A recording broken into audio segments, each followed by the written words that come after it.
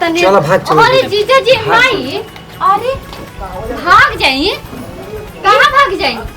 का ना भाई क्या करते हैं? क्या जीजा जी वो तो चल गो रही। सुन ना। कनी के जा तो अब सच्चाई सुन लो तो लोग बता देते नहीं। का सच्चाई है बताई? हम तो कबे चाहते रहे कि घर के इज्जत घरे में रह जाऊ। आमा जी के जो पेटवा में बा सफाई करवा देबे जाऊ। आई हो लेकिन अब आमा जी मानत नहीं तार माई समझा। यानी कि रौरे हनी वो सबके कारण कारण करवाओ तो बुझात नहीं। माई तोरा ना समझ नहीं रे कि बेटा सामान तेरे बाप दामाद इनके साथ कुछ चलिए। ठीक तो सामान लगल तार बाबू तो बुढ़ा गेल बने हैं। तो बुढ़ा नहीं तो माई ना बुढ़ाइल है। महतारी सामान हमर लाइफ ऐसे करत रहे लाज दामाद समान ना हैं। महतारी समान देखत रू। आ तू रे माई ये का कहनी हरे?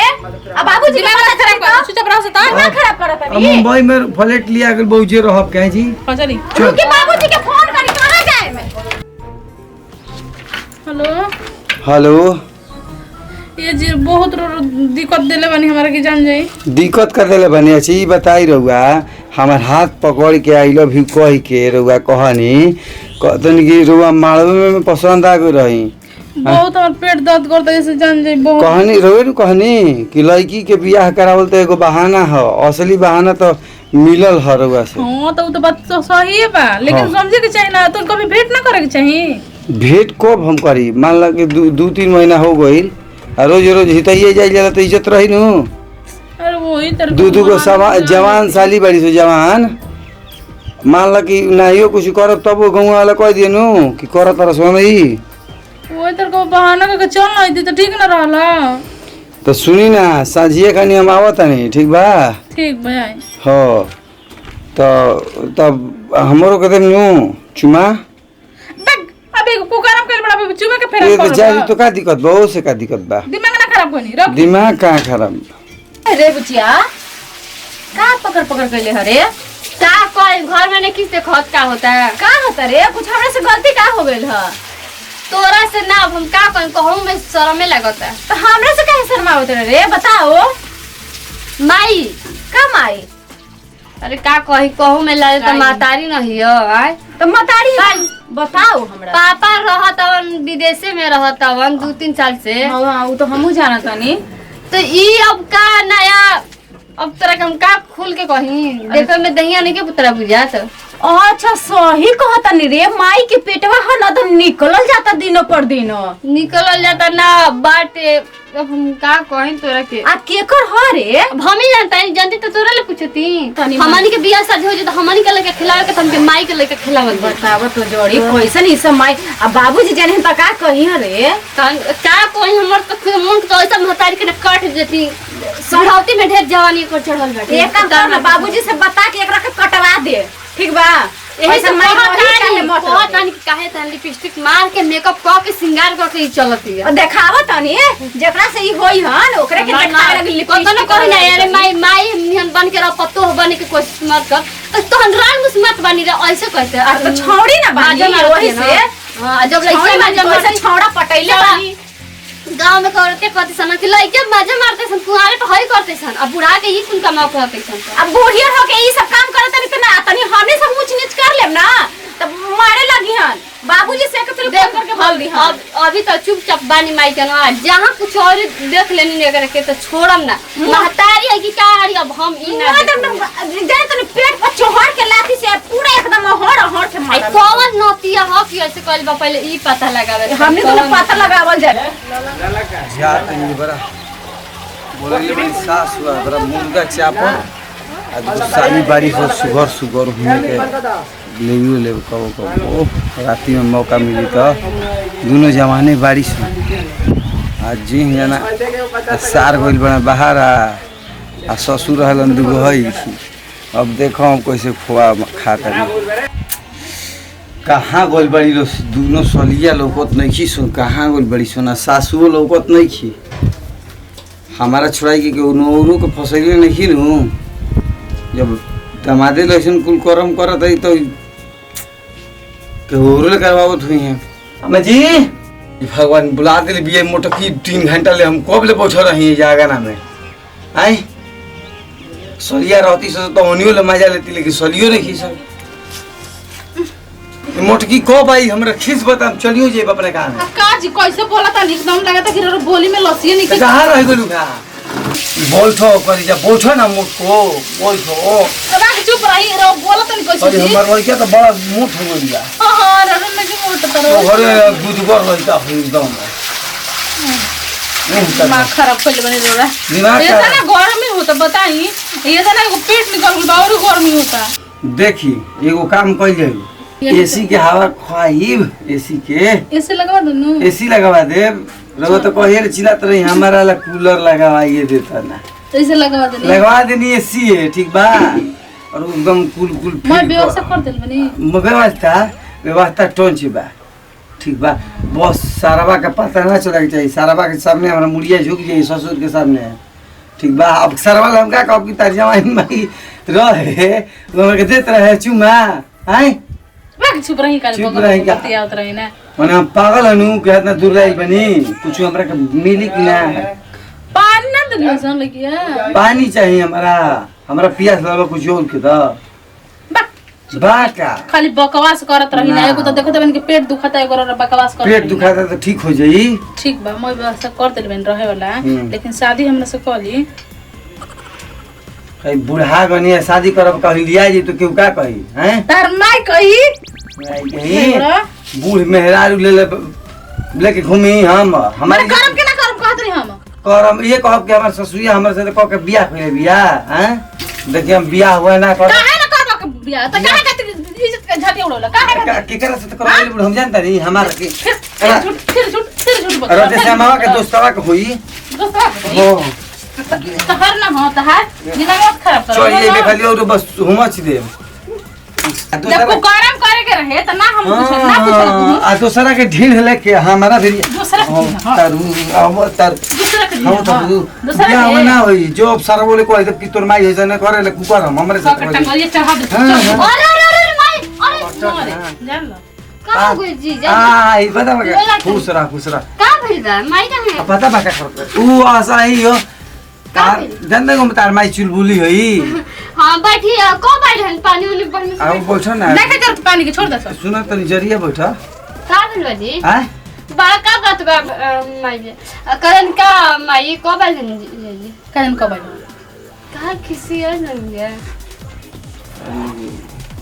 का भइल बा सुना ना का बोली माने कि प्यार कोली एकदम दिमाग खराब बा करा और का भइल बाटे यार बहुत हमारा प्यार तारले आय हो दादा नियत में खोटे बा एकदम अच्छा ही बताइए सब ठीक बा ना अकेले आनी सब ठीक बा दीदी के ना लेके आवेला तार दीदिया 3 गो को जन्मा देले बिया हैं तो जन्मार के अकेले जन्म ले बिया ऊ हा के कहां बनी बड़को दीदिया घर में है दीदिया टीवी देखत रहे तुम जो पूछे तो अरे बुचिया का कहत रे आ जीजा जी आईनी हां हां जीजा जी अरे गोर लगत नहीं जीजा जी कही आईनी हां जी का उधर बैठी का इहे के एकदम गायत रही ना हमेशा ये के जीजा जी ऐसा नहीं ना लेकिन कुछ भी का बोली ना तो निक लगेला सुनी ना अम्मा जी रो जाई अंदर ठीक बा हम समुद्र नाप के आवत जाई का कहतन जाई मतलब आवत पानी पी के तो हम लोग हाथ ले अच्छा अच्छा अच्छा हां आ पानी ने दिली है रे बुचिया अभी का अभी तक बतियते पानी कहत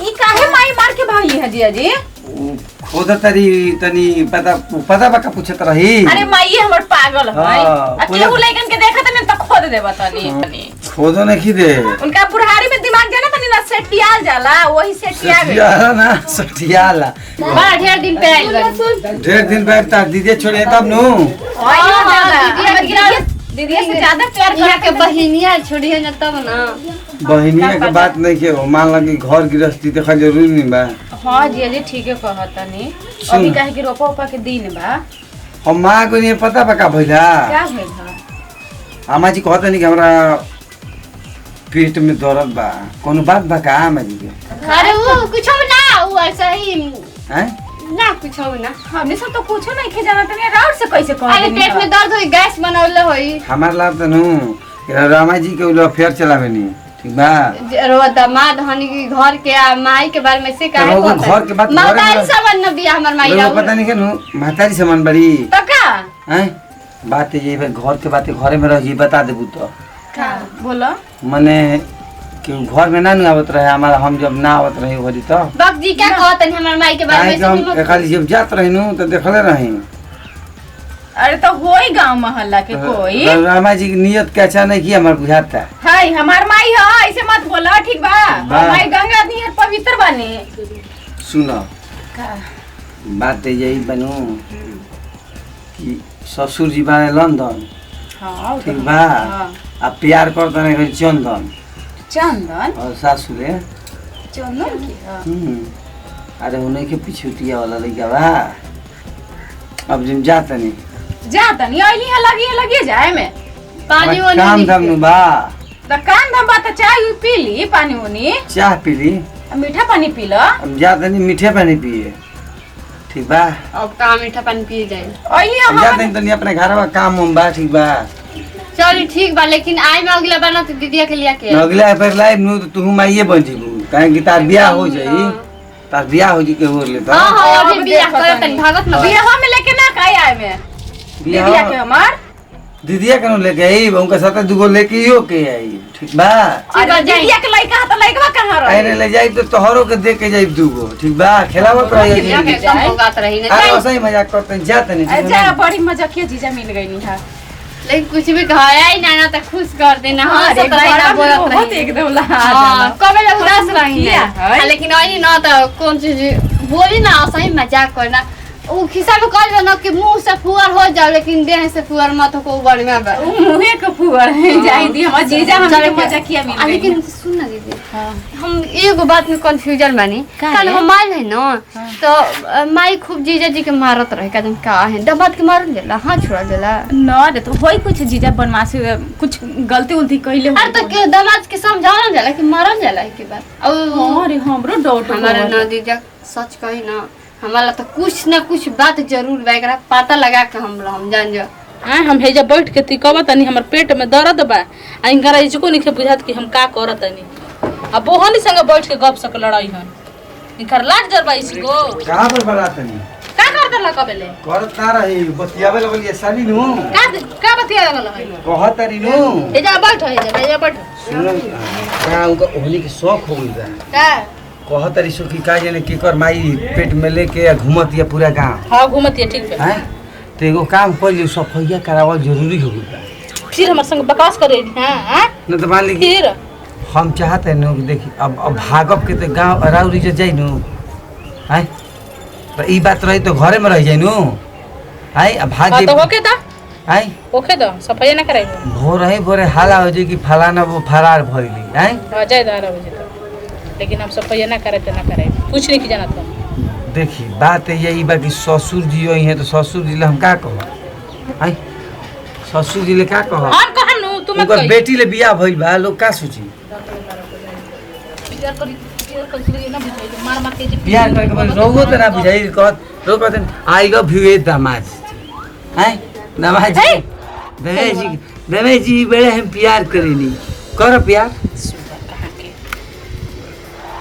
एगो काम कर चल जाओ भाग चल जाओ चल हैं भाग दे भाग जाओ पक्का नु ई बताई हमनी के तो भाग जाई के लेकिन राउर लड़किया कहाँ जाई हम ओहन के तलाक दे दे ओकरा तलाक दे दे। हाँ। 3 गो लड़का बड़ा सोन राउर नाती बड़ा सोन अब ज्यादा बकवास मत कर हमार संगे कहते नानी क्या में जाई और नानी क्या कही कि नानी ये हमार लड़का के माई बने वाला ये कहीं हैं चनाक का हम कहीं रुआ बेणवा लोग तो ना देखी प्यार चुमा भागल सब पता चल जीता ससुर जी के हमने कुछ नहीं जानत हमारा जाए के बाद जाए के बाद जाए पहले के जाए। सुनिए कि प्रेग्नेंट रहे हमार मेहरारू तो साफ खड़े मर जी हैं आवते दुआरी पे मर जा चाहे ऊपर पड़ जा हम जाए तो जाए बस का है वो तनी उनका के खियाई पियाई तो ना जवान ना हो जी हैं वो हैं तू निखो जवान जवान हो जवान बड़ो तो हमारा के करत बड़ा खाली मोटकी मारत या जो हम तब छोड़िए देते रहिए देख तर बस छोड़ के बात बतियो तो मार कपार फाड़ दे। चल तब भागी चल हां चलो क्लियर चलो चल जा तनी चलो भाग चलो अरे जीजा जी माई अरे भाग जाइए कहाँ भाग जाइए का ना मैं क्या करते क्या जीजा जी वो तो चल गो रही सुन ना के कनी के जात अब सच्चाई सुन लो तो लोग बता देते नहीं का सच्चाई हो बताई हम तो कबे चाहत रहे कि घर के इज्जत घरे में रह जाऊ आमा जी के जो पेटवा में बा सफाइया करवा देबे जाऊ आई हो लेकिन ओबामा जी मानत नहीं तार माई समझाओ यानी कि रौरे हनी उ सबके कारण कारण करवाओ तो बुझात नहीं खे अरे माई तोरा ना समझ में आइल रे कि बेटा सामान तेरे बाप दामाद इनके साथ कुछ चलिए छी तो सामान लगल तार बाबू तो बुढ़ा गेल बने हैं तो बुढ़ा नहीं तो हमरा माई ना बुढ़ाइल है महतौरी सामान हमर लाइफ ऐसे करत रह अच्छा ना समाना हैं महतारी समझ देखत रू आ तू रे माई ये का कहनी हरे आ बाबूजी का पता खराब कर चुप रहो सता ना खराब करत अब अभी मुंबई में फ्लैट लिया गेल बहुजे रहब कहे जी चली के बाबूजी के फोन करी कहां जाए में अरे दादा दीदी जानी तो घर पे का बीती है जोन कोक से माई जन्म वाला साज उहे थू करत या सौतन बने गोइली यार अरे सब महतारी के न जहे न तो ठठिया देबे ल सन उ ठीक करे लकड़ी पानी में ऐसन माई के डूब के मर जाए के चाहे अरे का महतारी माई के नाम पे कलंक है सर बोला चल रे का कोई बाबूजी के बताबो धीरे धीरे बोल न तो अगल बगल जान जे सुनो तो का कोई समझ बाबूजी के नाम बताई तो फिर का होई रे माई से पहले दीदी से बतिया के तब बाबूजी से बतिया के कॉन्फ्रेंस पे और तब शाम के बात विचार कर ली ठीक बा, चल। बात भाई दादा क्या होता है घर में